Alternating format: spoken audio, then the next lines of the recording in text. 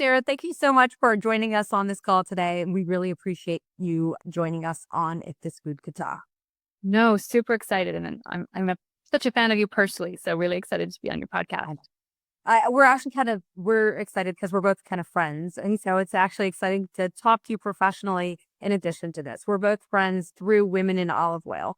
That's how we got to know each other. But I wanted to talk to you more about Citizens of Soil. You are the founder of Citizens of Soil. I want you to talk to us about where this concept came from and a little bit about your background. My background is I'm a career marketer who's worked in food and drink, but actually I had transitioned into sustainability whenever the idea for Citizens of Soil kind of came about. I was doing the company that I was working for was called Provenance. So it was all about full traceability and actually using tech to go back into supply chains and look at all of the social and environmental impact issues along the way and make sure, that everything was really brought to the table and really transparent about how that was produced. But one thing I got really interested in during that time was looking at what we call the first mile in farming, like the people who are doing all the work at the very beginning of our supply chains, who are rewarded the absolute least and who are squeezed. And in the case of farmers, they also have this added pressure of, managing our food system and our food supply and the environmental, like they are stewards of our land. So whether they like it or not, even if they just think they're just farming their crop, they are actually looking after this shared land that we have. So that was kind of my headspace. And on the other side, for about 20 years, my husband has been really good friends with this family in Crete. I mean, he met this woman on a ferry between Santorini and Crete, and they instantly became best friends. He started going back. She came here. Her name's Maria. He started going, and we began, by the time I came into the scene, we were going there every year to spend, holidays and summer. And we were often there around harvest time. So I was getting familiar with the olive harvest, knowing nothing though, really, which I knew that there was the olive fruit to this tree and that we were harvesting it, but I didn't actually really know the full production, even kind of watching it from the sidelines. And so they would send us back every year with all of this beautiful oil to share with our friends and family. We were bringing it home for Christmas to the States and back to London. And because I worked in food and drink, it was chefs and bartenders and, really foodie types. And they were like, God, this oil is amazing. We're like, yeah, why does it taste different than every other oil we can find? And, when you're in a food community, we knew enough about wine to know that there's probably more to this and there's probably things we should learn.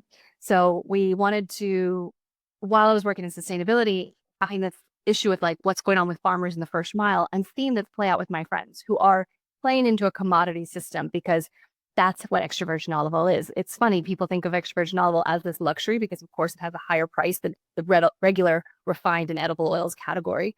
But the reality is it is a commodity and it's treated and traded that way, which means that our family friends who were making every decision along the way to make the oil better, they were farming organically, starting to remove chemicals from the land. They had stopped tilling, building in these regenerative practices, building in other biodiversity on the land, harvesting first in the season, before the mills are even open, taking all these steps to ensure they were making a high quality oil because that's what they wanted to consume.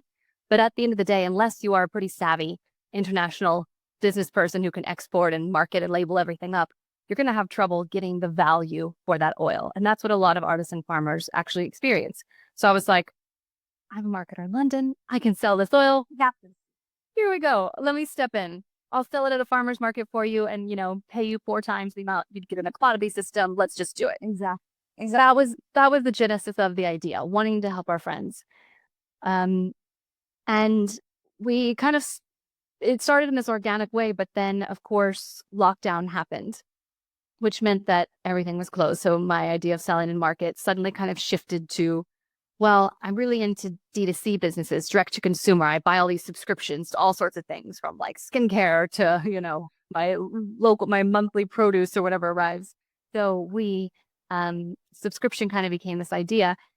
Also, I knew that the price we were going to pay them for this oil, whenever I kind of worked out the metric, was like, okay, so I'm going to pay them this much. It's going to cost me this much to get it over, to get this package, to get this label, to get this. Sure. Even if I sell it direct and don't even let a store take a margin, this price is going to be so much higher than I'm seeing most olive oils on the shelf, which means I need to make it look premium. So I'm going to put it in this beautiful bottle and beautiful label and make it a more premium experience to justify that price instead of it coming over, as you know, probably in Cyprus, definitely in Greece, they're often sending things in just plastic waterfall houses.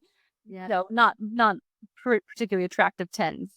Um, and that kind of came about then because I was working sustainability. I said, well, I can't spend all this money on a beautiful packaging with a really nice label and a nice perfect cork if they're just going to throw it away every time. So then entered this refill idea. How can I make a sustainable refill option? And this started to branch into a wider project, which we can dive into. But really, it was wanting to support family, friends, having been in an environment that I was I started this as a side hustle working in sustainability. I had carbon experts, packaging experts, supply chain ethics experts, people setting frameworks for aligned with the United Nations Sustainable Development Goals. Like I had all these expert consultants just around me. So all of this fed into how to build a business to reflect like the world we want to see. And that became really the framework of Citizens of Soil.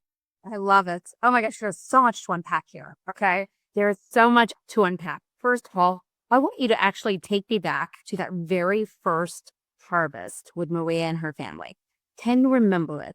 Can you remember what it was like for you to get up early? Just kind of paint this picture of what that might have felt like. And do you still go on those harvests? Do you still participate? To us in the beginning, the first one, and what did you think of while you were there? And then follow it up with, do you still actually do them now that you're a big exec? Do you still do them? So the very first harvest, we were there always around harvest, but the first harvest I did like I want to do a full day. I want to do this as if I am the laborer, as the worker. These are my groves. Where you wake up before the sun is out and, it's so beautiful. I'm not a morning person, so I never see that time of it, the day. So I was like, oh my gosh.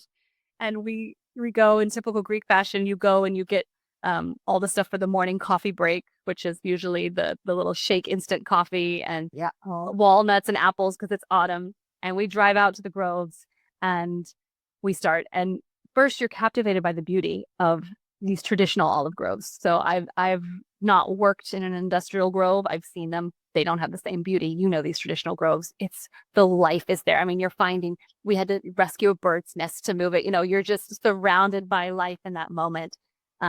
So I think the pure beauty of the place that we harvest in Crete, I mean, I could barely get off my phone. I kept having to actually remember that I was there to work. And it's just a learning. Get scolded. Oh, yes. But the whole coordination of people who've been doing this their whole lives, you watch them, it's literally like, a choreography of them moving the blankets through and climbing up in the trees. And if you see how quickly they kind of move through these blankets and you're like, what is this pattern? How are we organizing? But they all seem to just know what they're doing. And as an American kind of look at the system, I was thinking, how can I optimize this? What would be more efficient? You're looking, but that actually isn't the point of the family harvest, of the harvest when you're coming together with friends and family, which is a lot more chill, as you know, than whenever you're actually there as a worker and you're there to get, you have a time set to get this growth, this particular plot done. So that was just a beautiful day of we use electric rakes and climbed in the trees. We set down the blankets. I was, some of the thing, milking the trees, to get some of the olives off, and collecting them. And then you sit and Maria brings us this beautiful lunch, she's made. Then we stop in the middle of the day. You have a little wine. This is the beautiful way to do harvest. And then at the end of the day, earlier than the end of the day, usually around 3 or 4, you're loading up all those olives that you've worked all day since, 7, 8 in the morning to harvest, and you're taking them straight to the mill. And that becomes the second part of the day. And what people don't realize is how long that day is. Mm-hmm. How long is that day? What time's the mills? What time do you finish up with the mills? So it depends if you're using your own mill, a community mill, cooperative mill, how busy that mill is. So you going to get your slot in at 3, 4, maybe 5 in the afternoon, it might not actually be milled till closer to 10 o'clock at night. Though it depends on your relationship with the mill. Depends. And some of these are different with our family. It's often you have a family connection. You can kind of book in your time better. One of my producers actually in the Peloponnese was introducing they have a really small local mill they work with who does a really nice job. And they were introducing Google Calendar so people could book the slot. They're like, please just let people book a slot so we know when to show up. So we're not, because otherwise you're there for 5, 6 hours. People are having coffee breaks. Those mills in Green there. They're sitting around, they're having meals, they're having dinner. It's after midnight, they're still drinking, and you're waking up the next day to go start all over at 6 in the morning. So it's very long, intense days, but very communal and a very beautiful connection with nature that you do have out there. Did the Google Calendar concept work? So we just talked about it. I believe it was starting to work, but I don't. We'll have to check back. I'll be there at this harvest this year. So to answer your other question, do I go to harvest? I do every year. Our family that we started with, their harvest in Crete. It is my happy place. I love that. One of the groves in particular, it's normally the background, not this one, but it's normally the background on my screen. And it is, just brings me so much peace. So I love doing that with our family there. And then I do drop into several of our other harvests, and we'll do sometimes a couple hours. So about half my farmers I've done a day or some aspect of harvest with. Okay, so how many farmers do you work with Citizens of Soil? It's growing by the month. Oh, wow. Okay. Yes, it's growing by the month. So we have the biggest part of our business is our olive oil club, which every month is me serving up a different oil from a different producer, a small scale production that you really get to learn about the terroir, like that provenance, the people, this variety. 1 month it could be delicate, the next month it could be intense. So that is 12 unique single estates that I'm working with. Okay. There's, I think, a couple that it's 2 or 3 farmers that we put together because sometimes they have really low harvests. So it's a way to kind of combat that and make sure we can still support. So if you're looking at something like that, I think in my olive oil club this year, I have about 14, 15 farmers. So that was amazing. That is amazing. So what's it like curating a different oil each month? How do you choose them? When I started the business, we started with family friends, but very soon after, I realized it was a very small operation. They didn't have that much oil. And I also, by this point, had become obsessed with olive oil. Had read every book I could get my hands on, had talked to every expert I could find, had done my course in Spain, official taster. But actually, even though I did the course, I think you learn more from just doing and working with these producers. But the first producers I selected were a lot of women that I met through Women in Olive Oil. And they were like the cream of the crop. These women have won so many awards. They are absolutely super respected in their region and internationally for the quality of oil. So I learned a lot from those people. And then from that, I started to see, well, I want everyone else to learn these things too. I want them to know what a really intense oil tastes like from this part of Italy. I want them to see this Barbacina, even though it doesn't have high polyphenols, it's a beautiful oil and it's so versatile. And I want to show how it's so aromatic. And I started just wanting to show that. So I put together all these different oils with these incredible people. And then I curate it by the season. So I try to make it so, you might get more intense oils in a time of the year that like the winter or autumn, whenever you want some more intense flavors coming through. And you're going to get a really, our March and April oil were these beautiful, delicate oils that just wouldn't overpower all the lovely spring greens and herbs coming to season. It's about kind of pairing. We're in the UK. We have very set seasons, I guess, when we can expect what flavors will hit our table. And I do try to pair in according to that. And the same is for the US as well. You have they don't tend to eat as seasonally in the US, although certain pockets are doing more. So it's like finding the food that kind of pairs to that. I love that you're doing intentional pairings based on the season. I think that's a really beautiful idea. I mean, whether you mean it or not, that just sounds lovely. Oh, it is. I mean, even just I was setting up our September. We're working with a new producer from Cordoba. She's right on a national park there, and it goes really well with like aubergines and courgettes, and so it's like, well, that's perfect because it's like September. But then I was like, God, this oil is like jammy because it's like that piqual, which I'm really particular about piquals. But I was like, oh, it kind of gives like jammy. I'm like figs, and I'm like, oh my God, figs are in season, thank God. So it's like fine. Figs are totally in season. Okay, that's not a piqual that has jammy. Wow, that's great. Yeah, because piquals can be pretty intense. Yes, we got one that it still has the green notes. I mean, piqual, if you go too far, piqual to me is actually one of the most difficult varieties to work with. But yes, if you go too far, it tastes like all of the, it has those kind of defective notes. Half the time I think piqual has a defect, and I've actually had to send it to other international judges and olive oil experts to be like, oh, why do I think this has a defect? And they're like, it doesn't, it's just piqual. It's a late harvest piqual. Wow, funny. Yeah. All right. So what is an olive oil myth that you hear over and over again that you just want people to debunk? You just want to put an end to these olive oil myths that exist out there. I think the one that we all face in the industry is you can't cook with extra virgin. That's the one that everyone knows and everyone says. And I feel like there's so much not, I know we're in a bubble.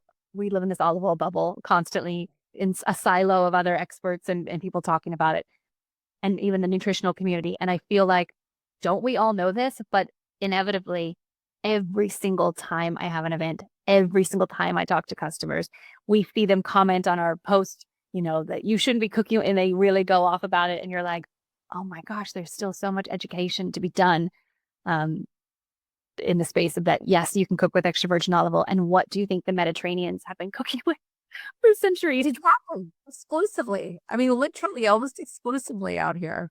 I'm in Cyprus right now, so that's why I said out here. Um, how did you, when you were trying to, because I'm fully aware of the cost and paying your farmers fairly. And then by the time you ship them and then you bottle and you're storing them and labels and corking and then shipping them again, how did you get your customers to respect that this is a higher price point than any olive oil that you might find on the supermarket shelves? That must have taken some effort and education and marketing, quite truthfully, I would imagine. I mean, I think it's done. It's really communicating. To me, having come from sustainability and particularly a company that was all about transparency, I was like, this is the only way to prove value. This is the only way. It's the same in the luxury space. I really despise luxury brands that don't completely show how everything is made. Like, yes, I will pay this price if it's coming from an artisan or a craftsmaker, somebody that's put, you've sourced this properly. But if you're just getting this made where everyone else is getting this made in the same factories, like, I'm not giving this price, don't. Those margins are outrageous. So I thought, if I'm going to say this price, and again, we're not on a shelf in the UK, we are not the most expensive oil. We sit in that premium space. But I never set out to make something elite or luxury. In this moment, it does feel very premium. But actually, it's just a specialty olive oil. It's a thoughtfully made, it's thoughtful in production. Every decision the producer has made has been a costly one. When it comes to labor, when it comes to how they looked after the land, when they've harvested, how they've milled it to get more polyphenols, like all these decisions are expensive decisions that you make. So I think it was about educating on that, like showing that journey, how many countless videos of harvest and production and how it was made.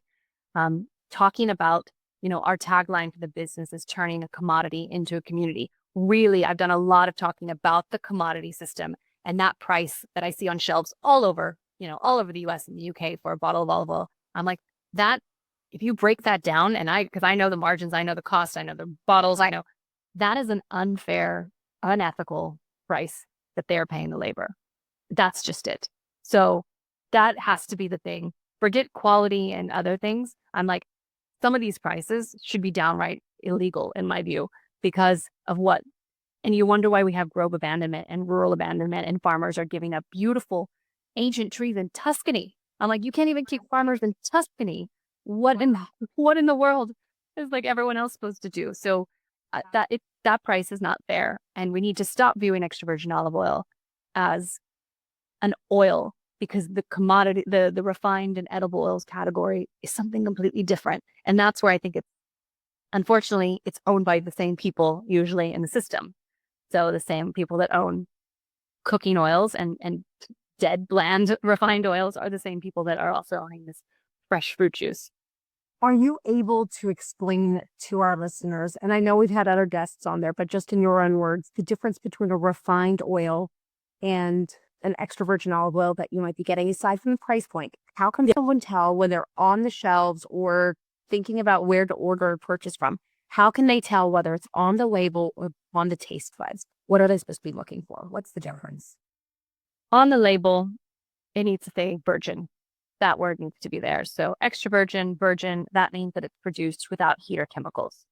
When we're comparing virgin oils, virgin olive oils, to regular just olive oil, just word olive oil or refined oil, I often compare it to a fresh squeezed orange juice versus an orange soda. These are not the same things from a nutritional perspective, from how they're produced. They are completely different. So the first thing is to look at that label. But the second if you think you've been duped, or if you aren't sure, is to actually smell and taste the oil. So putting it in a small little wine glass or something you can kind of nose. If you smell, I always tell people, just look for the smell of life. If you're smelling plants, if you're smelling herbs, if you're smelling grass, if you're just smelling something alive, then we're on to the right thing. This is probably a virgin oil. And if you don't smell, if it smells like and smell the pantry or butter or wax or things, that's maybe it was extra virgin or virgin at some point, but it no longer is. So um, that kind of goes into the refined camp for me. And then like it's not the same thing. Of course. Oh, the smell of life. I love that. I haven't heard that before. It's beautiful. It's the easiest way because in the olive oil space, the official term is fruity. They're like, Oh, yeah.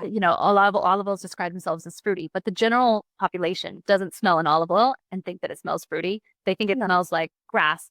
And grass also sounds like an early harvest oil would smell like grass or herbs. And they can't quite place it. So they're like, yeah, well, what does it smell like? Does it smell like leaves? And I'm like, great, it's life.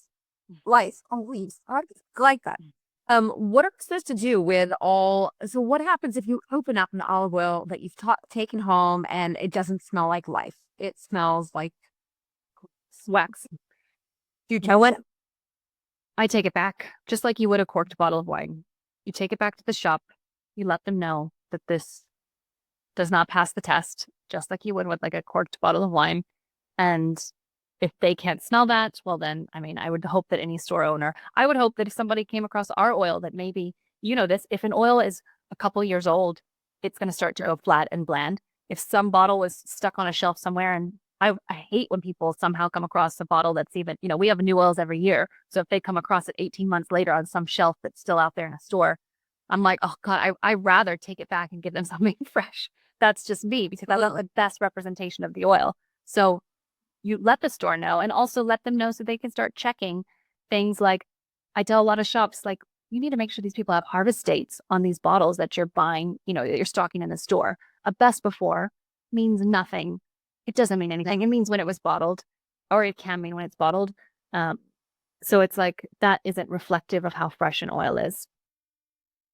You want I like to see the harvest date kind of printed on if possible. Yeah, harvest date, very clear. Best before is a legal obligation, but it's just from when it was bottled. And in a commodity system where farmers are squeezed, this oil will move around several places before it actually ends up in the bottle. God, what was it, 2 years, not this past year, the year before when the prices were skyrocketing in Greece. Farmers were sitting on that oil. They were also selling whatever leftover oil they had from the year before because the price was so high. So now you're getting year-old oil just entering the supply chain, moving over to Italy to get bottled, sitting there until the price is right, then getting moved. This is how it works. This is the tangly web of these commodity chains. Everyone sits, blends, holds until the price is right.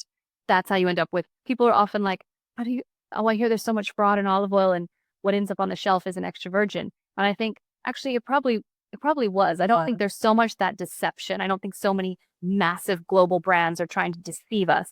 I think they're just taking advantage of the fact that this oil just needs the best before from whenever it was bottled, and they can kind of collect. And also, if you don't have a good taster on there, even a lab analysis won't necessarily tell you that they blended in old oil. I mean, somebody can sell you, here's, 1,000 liters of last year's oil blended with 3,000 liters of new oil, and it still might pass the test as extra virgin. And that's when you need tasters. Oh, how interesting. I did not know that one. Yeah, that's something that I've sent batches to judges and other people when I think maybe there could be something's off and I can't figure out how. And the lab report is not telling, which is why in olive oil we have lab analysis and expert tasters. I'm a sommelier, but there have been people that have been doing this for 25, 30 years, and they just have a palate to pick things incredibly well. Sure. Yeah, no, I'm learning things every single day as well. That's what I was going to ask about, that olive oil is one of the most baked products. So any other shocking things that you might have come across? I never thought about blending that you may have seen some old oil being blended with new oils, and that one just threw me right now. That to me is one of the more common ones because it's so easy to, it's okay. I don't want to make it seem like the farmers and the producers are, because it's not always them, but No, also Also, if you're in a commodity system where the price is never fair and suddenly it picks up an extra euro or two, you know what? I have a tank from last year. I'm just going to put that out there. Like, why would you not? Sure. If you're not, you're living on a breadline as it is in some of these cases. And hence the argument to turn a commodity into a community. Yes, pay them fairly, put their name on it, and they will really step up their game and want to make something that they're proud of because they feel like it's being appreciated and it's reflective of them. Now, you make it a mission of yours to work predominantly with female farmers. Is that right? Yes, I love the controversy as it comes across everyone. Is it the First thing. we get comments sometimes that are really upset that we like to work with female producers. Our whole thing is championing. I want to work with groves that are at least 50% female run, female led, female owned. I like to champion women in our food system. I like incredible female millers. I like food scientists. I think women should be involved. Frankly, we need more people making our food. We don't have enough food. We don't have, we're having all sorts of challenges that we need to mitigate. So we need more people creating our food and representative of the population that it's going to. So, and we also see the impact that it has on the communities whenever women are not involved in farming. If you're in a small rural community and all there is agriculture and you're kind of told that agriculture, farming is not your place, then what are you supposed to do in that community? And it leads a lot of women to leave the rural environments because they they're not accepted or shown that they can have that role. And they move to go do, in the south of Spain, you see all these people go to the coast and work in hospitality and do other things. Actually, my Spanish producer has made a real point to champion women in their production. They have an incredible young female miller that they've trained up, women in all these different posts, because actually it was a mission of the father who was like, my daughters didn't see a role for themselves in Andalusia, in this part of Spain. So if we're going to keep women in these communities, keep the communities alive, because when the women leave, guess who else leaves? The men leave when there are no women in this environment. So we need us all to be together. And it's a challenge that I think takes all brains and hands. I love it. I love it. I couldn't agree with you more. So why not champion them? Also, there's really fun things that you find out about women when we farm, how we approach sustainability and nutrition in a different way often than men, and how some things that we do. I remember learning that when I did a lot of the Greek harvest at the beginning, it was these big 50-pound bags that they would fill up with olives and throw it over their shoulder, and you had to have strong men like haul the bags of olives. Well, now we know that actually harvesting in these smaller baskets, which is what the women were already doing because we can't necessarily lift 50-pound bags over our shoulders, is preserving the quality of the olives to get to the mill. And, they have less heat. They're not getting fermented. You're literally making a better oil by doing it in smaller containers. So there's things that we've done just instinctively or for different reasons that have meant that the quality of the output of the final oil was better. Not that, of course, men don't use small baskets now, but I've seen this contrast in these groves and thought, how interesting. Just because we had to carry something smaller, it meant that actually the quality turned out to be better. So when you talk about sustainability with female growers, that they approach it a little bit differently, can you give me an example of that?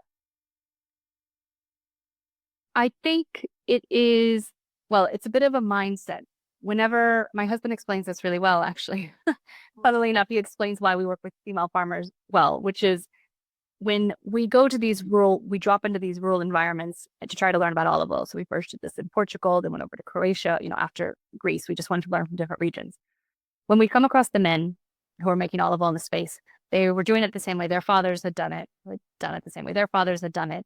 And there wasn't a lot of progress being made on that front.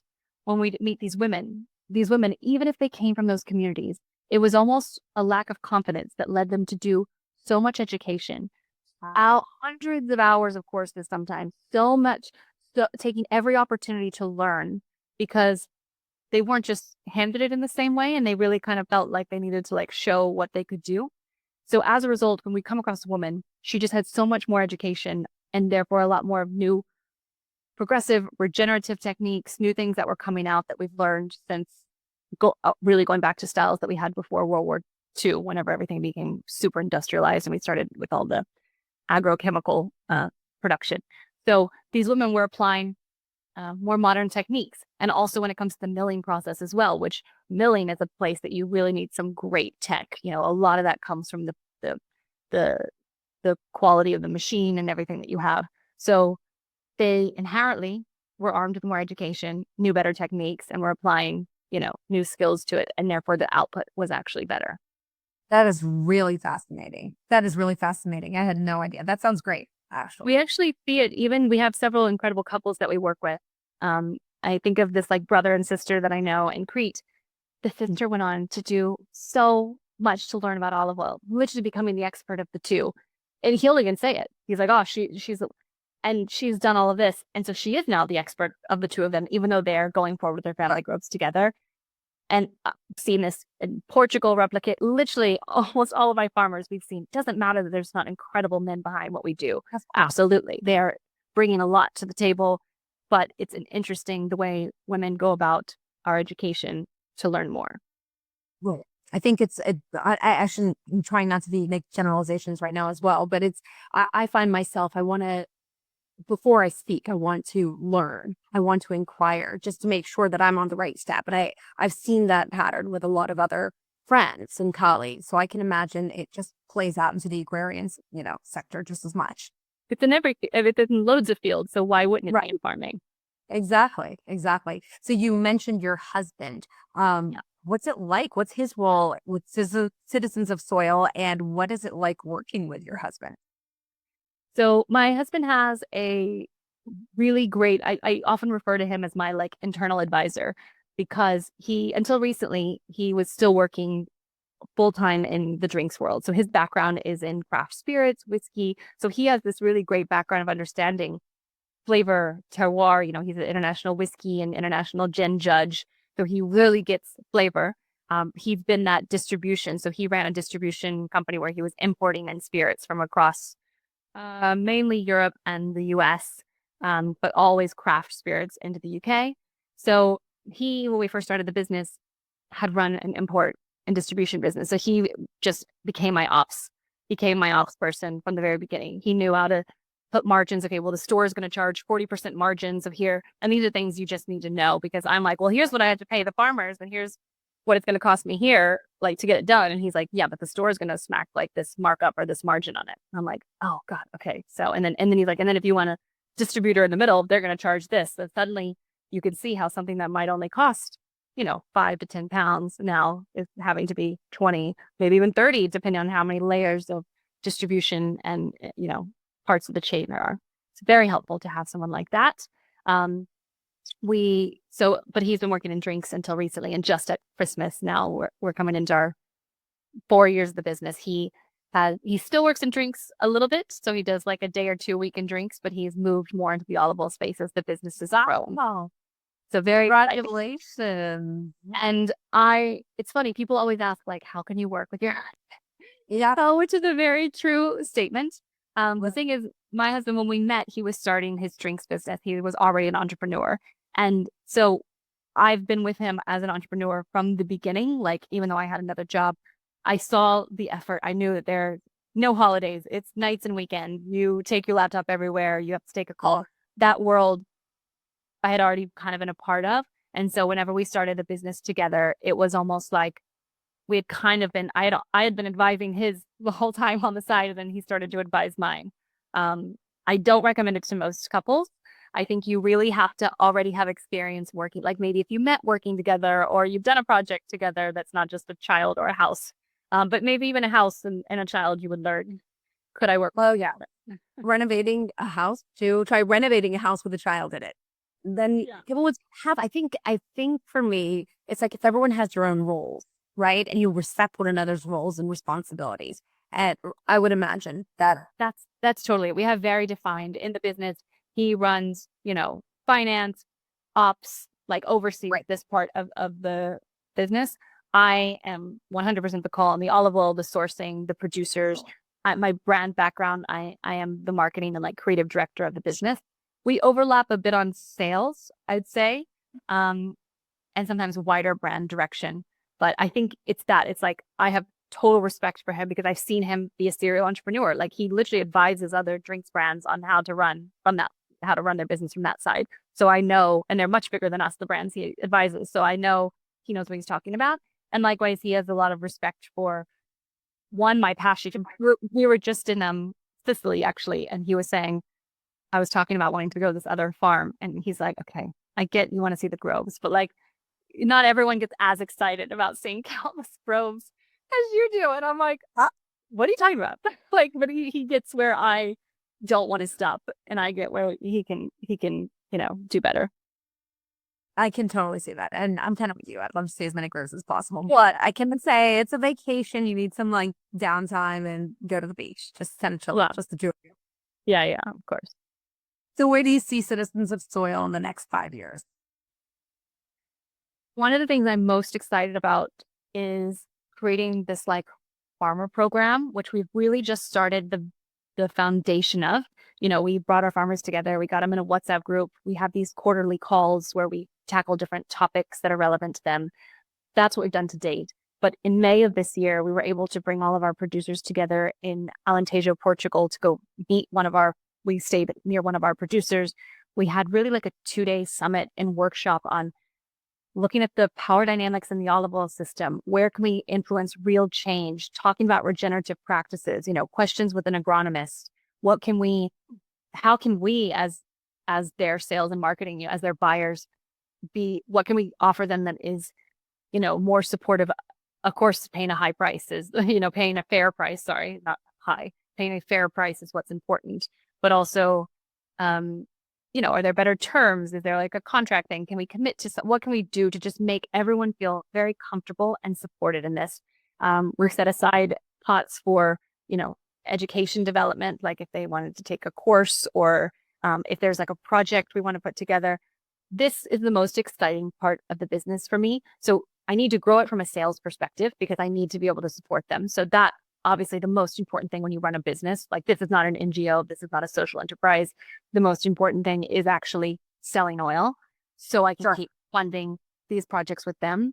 And what we're getting to now, actually, we have a couple calls coming up because it's August. So it's like harvest season where we're locking in some of this is how we can grow and help our farmers grow, diversify their incomes. Is this from oleotourism experiences? Is this from, is there a point that we might go in with a mill? Is there a point that we might have events on their land? Is there a point that we might do really interesting projects? And now with our core farmers, can they help us start to source, in which case we can cut them commissions for supporting and helping us identify other producers. Any way you can get more cash into small producers' hands that's the goal. And that's the program we're trying to build out. I love that. I love that. Like why pay an olive oil source? I mean, we've worked with some incredible people who've sourced, and I'm very grateful for those. But our producers can be hyper regional in their area, know their neighbors, monitor their land for us, which is really important.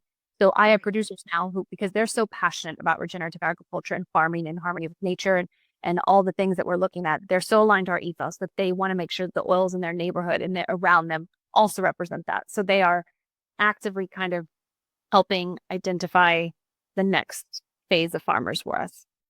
That is so beautiful. That is so beautiful. In a world that's becoming more about AI and cyber and whatnot, that like having real earth, real food, real land, and people touching it and bringing that life back to those communities so they're no longer abandoned groves. I think you're like touching many people's lives, probably without even realizing it. Or maybe you do realize it, but it's beautiful.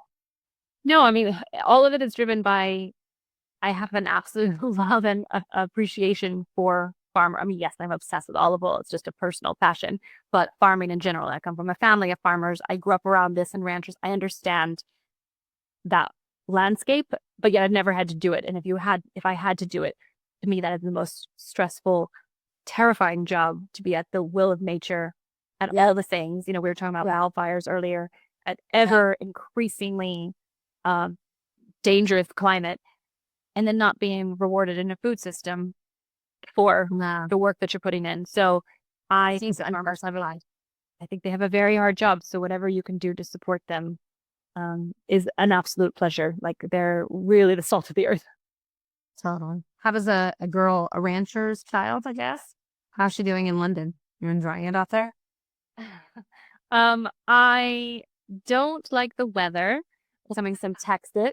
I'm originally from Texas and having lived in Spain. So this is not my natural habitat, but London is an incredible city for it's so international and it's a really good spot to, I mean, it's full of people from the Mediterranean. It's full of people from all over the world. You have this incredible diversity. And I think it's a really fun place to live from that perspective. It's like a jumping off point for the world, this tiny island that is so connected and has people from all over. It's like living, I suppose, like in a New York, but only I can in an hour or two hop over to completely different cultures, which is also a joy. I think I saw on social that you did a pop-up tent. Is that right? We did a pop-up. So we created, it was just a 2-week thing in Notting Hill, the iconic Notting Hill neighborhood of London, in a store. We did the UK's first olive oil bar, which was another project I've been wanting to do. I really love the idea. Well, one, when you're an online subscription business, we have all these members, but we don't get a lot of face time. And of course, we can do events, but we're often doing events at, a lovely restaurant, someone's hosting a supper club, someone's hosting something for us. We don't get to have our world kind of built out.